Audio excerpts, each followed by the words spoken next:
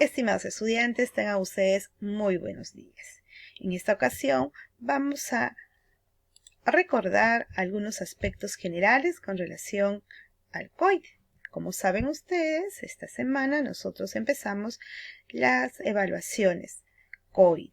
La evaluación COID consta de dos partes. La primera parte es el análisis literario de un texto lírico y la segunda parte es la discusión de una obra narrativa o ensayística. En este momento, para esta ocasión, nos vamos a dedicar a recordar algunos aspectos de cómo abordar un texto lírico para una correcta presentación oral. El texto lírico que nosotros vamos a trabajar es el de César Vallejo en su poemario Poemas Humanos. Para esto nosotros tenemos que recordar algunos aspectos generales de César Vallejo, aspectos que en este momento de manera amplia no voy a tocar, pero que ustedes van a pasar a revisar de manera individual los datos autobiográficos. Nosotros sabemos que nació en Santiago de Chuco, que estudió sus primeros años en esta ciudad, que luego estudió en San Marcos. Su niñez está muy ligada al campo, a su familia, a profundos conceptos religiosos. Viaja a París después de una mala experiencia en el Perú, pero llevaría muchos de los rasgos, mucho de su historia y de su cultura con él, y prueba de ello serían sus textos. En cuanto al concepto filosófico o político, César Vallejo aborda en algún momento el pensamiento socialista, el pensamiento comunista, viaja incluso a Rusia y genera en él una serie de conceptos que luego trasladaría a sus poemas.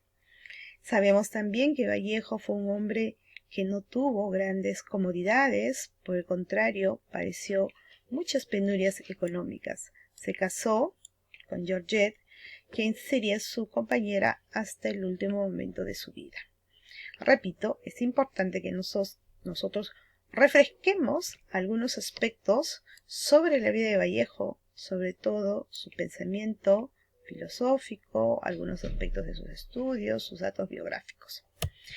En este caso vamos a abordar un poema. Digamos que tenemos este poema. Este poema, considerando en frío imparcialmente, es extraído de Poemas Humanos. Como ustedes saben, muchos de los poemas, varios, casi la mayoría de los poemas de este poemario, Poemas Humanos, no tienen título. Así que se opta por nombrarlos con el primer verso de cada poema. Entonces, el poema, considerando en frío imparcialmente, lo leemos. Lo leemos una vez, lo leemos dos veces, ¿no? Y le damos el tono. Hagamos una primera lectura bastante rápida. Considerando en frío imparcialmente, que el hombre es triste, tose y sin embargo se complace en su pecho colorado, que lo único que hace es componerse de días, que es lóbrego mamífero y se peina.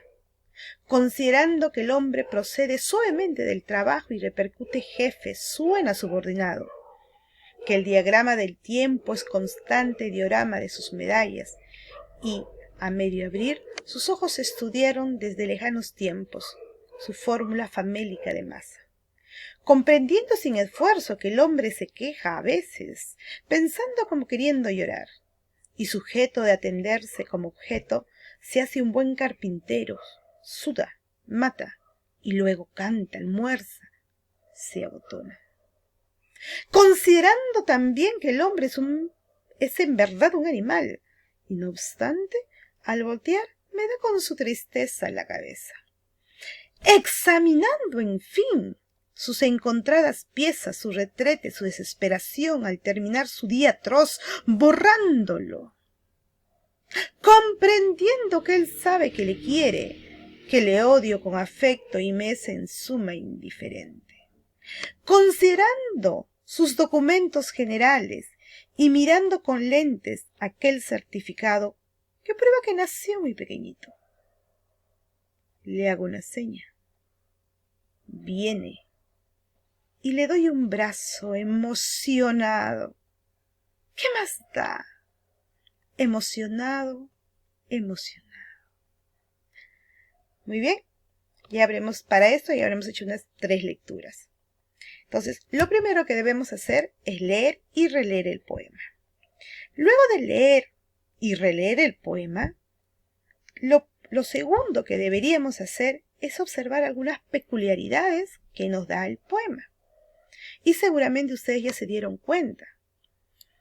Una primera peculiaridad es estos paralelismos. Considerando, examinando, comprendiendo, considerando, y aquí no. Entonces, a mí me debe llamar la atención de por qué el primer verso de cada estrofa inicia con este verbo, considerando, que es un gerundio, o comprendiendo, que sigue siendo un gerundio, o examinando. Entonces me pregunto que este verso gerundio pareciese que se asemeja a un silogismo. ¿Qué significa? Que me va a dar ciertas premisas para llegar a una conclusión. Como cuando uno dice, considerando que se levanta temprano, que termina todas sus tareas, que revisa los libros, que acude a sus clases, entonces tendrá buenas calificaciones. El poema parece mantener ese orden. Unas primeras ideas, considerando, ¿no?, que el hombre es triste, considerando que el hombre es un ser social, que trabaja, que tiene esfuerzo. Te dice, teniendo en cuenta aquello, esas primeras premisas, te debería dar una conclusión. Este lenguaje también, el uso de este lenguaje, me asemeja a un lenguaje jurídico. Esa es la primera observación que tengo. Los 34 primeros versos me hablan sobre una aparente lógica, sobre una aparente objetividad, pero los últimos 4 versos desbaratan esta objetividad, porque dice, y le doy una seña, ¿qué más da? ¿Qué importa si el hombre es triste, mísero, lóbrego? ¿Qué importa si en momentos lo odio, que el tiempo lo abruma? No importa. Emocionado 3 veces. Entonces tengo una aparente objetividad y tengo una aparente subjetividad. Esas dos me divide el poema en 2 partes. Una lógica y una conclusión. Pero es una conclusión subjetiva, porque no es una conclusión que recae de este razonamiento. Luego tendré que revisar el plano del contenido, ¿no? En este caso, el plano del contenido, vamos a ver acá.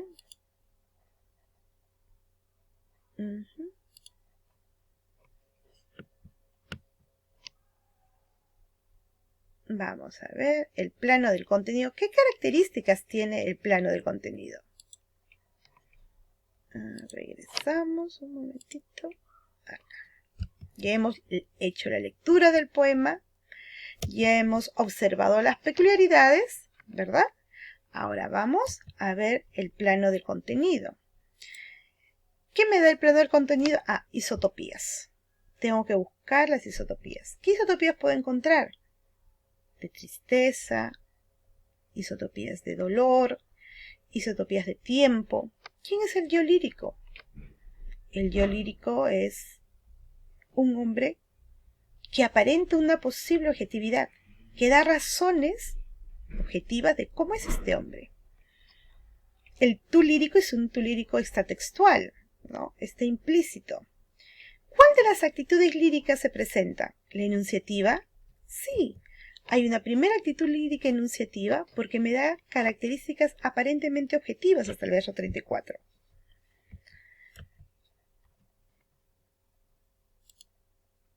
¿Hay una actitud apostrófica? No, porque se me está pidiendo, o el yo lírico no pide nada. Pero sí hay una actitud carmínica, porque luego le dice emocionado, emocionado. El objeto lírico es el hombre, y hay diferentes tonos, ¿no? Hay un tono objetivo, racional, y hay un tono sentimental. Luego analizaré la métrica. Ya sabemos que Vallejo en la mayoría suele ser irregular. ¿Qué figuras literarias se encuentran? ¿Qué estructura textual tiene? No necesita tener las 4 parejas, ¿no? Sabemos que es asimétrico, sabemos que es conclusivo, porque al final te da una conclusión. Ilógica, pero una conclusión. Entonces, una vez que he identificado las peculiaridades y he dividido el poema en 2 partes, entonces voy a tener un apartado natural del poema.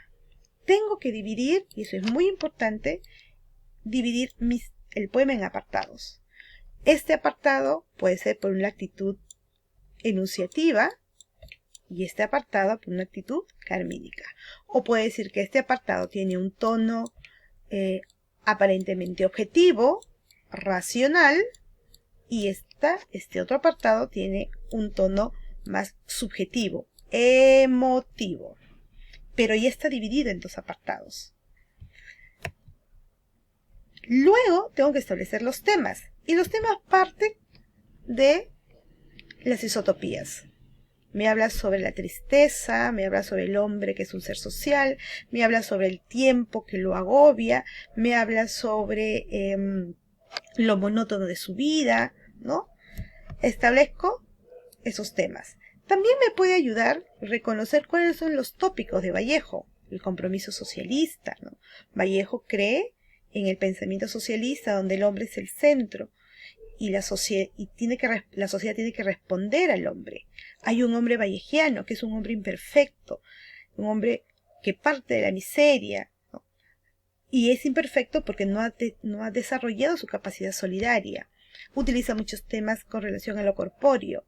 La solidaridad y la piedad está ligado al ser humano ideal de Vallejo, ¿no?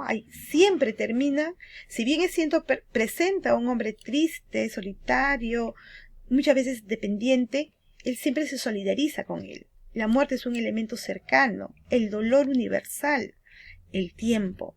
Revisemos estos temas.